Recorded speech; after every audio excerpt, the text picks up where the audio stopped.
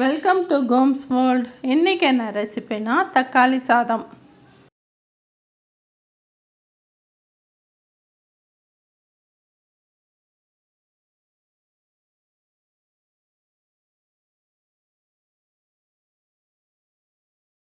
வாங்க, இந்த தக்காளி சாதத்தை என்னடா இவ்வளோ ஸ்பெஷலாக சொல்கிறாங்க அப்படின்னு பார்க்குறீங்களா? இது அவ்வளோ அருமையாக இருக்குங்க. இதை ஒருக்கா செஞ்சு பாருங்கள். இப்போ சின்ன வெங்காயம் இல்லாத பெரிய வெங்காயம் எடுத்துக்கலாங்க.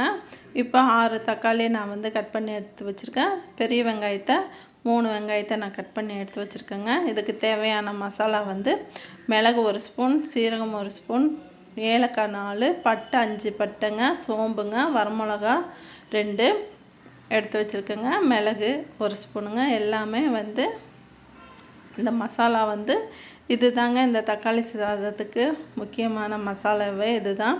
இதை மிக்ஸி ஜாரில் நைஸாகவும் எடுத்துக்கலாம், நல்லா நைஸாகவும் ஓட்டி எடுத்துக்கலாம், பருப்பருவும் ஓட்டி எடுத்துக்கலாங்க. எப்படி வேணால் எடுத்துக்கலாம். இப்போ இதை நான் இப்போ தாளித்து விட போகிறேன். இப்போ கடாயை வச்சு எண்ணெய் ஊற்றிருக்கேன். இது 100 ml கடலை எண்ணெய் தாங்க. இது கடலை எண்ணெயில் செஞ்சால் மட்டுமே தான் அவ்வளோ டேஸ்ட்டாக இருக்கும். இப்போ 100 எண்ணெய் ஊற்றிருக்கேன். இப்போ கடுகும் உளுந்தும் போட்டுட்டு ஒரு பிரிஞ்சி இலையும் கருவேப்பிலையும் நான் சேர்த்து இதை நல்லா பொரிய விட போகிறேங்க. இது நல்லா பொரிஞ்ச பிறகு பெரிய வெங்காயம் போட்டிருக்கேன். பெரிய வெங்காயம் இல்லைன்னா சின்ன வெங்காயம் போட்டால் இன்னும் டேஸ்ட் ஜாஸ்தியாக இருக்குங்க. இப்போ நான் பெரிய வெங்காயம் சேர்த்துருக்கேன். இப்போ நீங்கள் பச்சை மிளகா சேர்க்குறதா இருந்தால் இப்போ இது கூட பச்சை மிளகா காரத்துக்கு சேர்த்துக்கோங்க. நான் வரமிளகா நான் சேர்த்துருக்கேன். அதனால் நான் அரைச்சிக்கிட்டேன். மிக்ஸி அந்த மசாலா அரைக்கும் போது அரைச்சிக்கிட்டேன். இப்போ 6 தக்காளியை மிக்சியில் ஓட்டி எடுத்துக்கிட்டேங்க. இப்போ இந்த வெங்காயம் நல்லா வதங்கட்டும். பொன்னிறம் ஆன பிறகு நான் இந்த தக்காளியை ஓட்டி வச்ச தக்காளியை இது கூட நான் சேர்த்துக்கிறேன். இப்போ வர தக்காளி நாட்டு தக்காளி கிடைக்க மாட்டேது. நாட்டு தக்காளியாக இருந்தால் கையில் பிணைஞ்சாவே நல்லா மசிஞ்சிரும். இது நாட்டு தக்காளி கிடைக்காதனால மிக்ஸி ஜாரில் போட்டு எடுத்துக்கிட்டேங்க. இதில் 1/2 ஸ்பூன் மஞ்சத்தூள், 1 ஸ்பூன் உப்பு, இதுக்கு தேவையான இஞ்சி பூண்டு நான் சேர்த்துருக்கேன். இது நல்லா கொதித்து வரட்டுங்க. அதுக்கப்புறமா நான் மிக்ஸி ஜாரில் நான் பொடிச்சு வச்சுருந்த பொடியை உங்களுக்கு காமிக்கிறேன் பாருங்கள். நான் பொடிச்சு வச்சுக்கிட்டேன் இதை. இப்போ இந்த தக்காளி சாறு கொதிச்சிட்ருக்கு. இது நல்லா கொதிக்கட்டுங்க.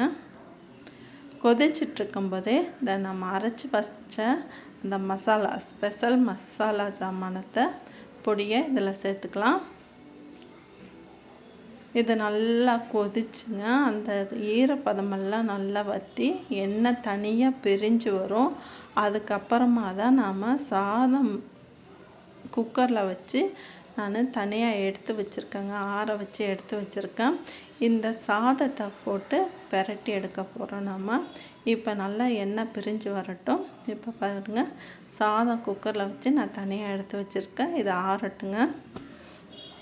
நிறையா பேர் என் வீடியோஸ் பார்க்குறீங்க. சப்ஸ்கிரைப் பண்ணிவிட்டு பெல் பட்டனை அமைக்கிட்டு பாருங்கள். அப்போ தான் நான் போடுற வீடியோ உங்களுக்கு உடனுக்குடனே சேரும். இப்போ தண்ணி ஓரளவுக்கு வத்திருச்சு. இன்னமுமே எண்ணெய் நல்லா பிரிஞ்சு வருங்க உங்களுக்கு. அப்போ நான் காமிக்கிறேன். என்னடா இந்த தக்காளி சாதத்தை இவ்வளோ ஸ்பெஷலாக சொல்கிறாங்களேன்னு பார்க்குறீங்க. இந்த தக்காளி சாதத்தை நான் சொல்கிற மாதிரி செஞ்சு பாருங்கள். அவ்வளோ அருமையாக இருக்கும். அதுவும் இல்லாமல் நம்ம வெளியெல்லாம் எங்கே டூரெல்லாம் போகிறோன்னு சொன்னால் இதை செஞ்சு எடுத்துகிட்டு போனால் 1 நிமிஷத்தில் காலி ஆயிரும். அவ்வளோ அருமையாக இருக்கும். இப்போ நல்லா எண்ணெய் பிரிஞ்சு வந்துருச்சு. இப்போ சாதம் ஆற வச்ச சாதத்தை இதில் போட்டு நல்லா பெரட்டி எடுத்து இதை 1 மணி நேரம் ரெஸ்ட்டு டைம் கொடுக்கணுங்க. இது ஊற தான் இதோட டேஸ்ட்டு அவ்வளோ அருமையாக இருக்கும். நீங்கள் ஒருக்க இதை செஞ்சு பாருங்கள். அப்புறம் அடிக்கடி பசங்க இது மாதிரி செஞ்சு கொடுன்னு கேட்பாங்க. இது மாதிரி செஞ்சு பார்த்துட்டு எப்படி இருக்குன்னு கமெண்டில் சொல்லுங்கள். இது மாதிரி வீடியோஸ்க்கு என் சேனலை லைக் பண்ணுங்கள், ஷேர் பண்ணுங்கள், கமெண்ட் பண்ணுங்கள், சப்ஸ்கிரைப் பண்ணுங்கள். தேங்க்யூ ஃபார் வாட்சிங்.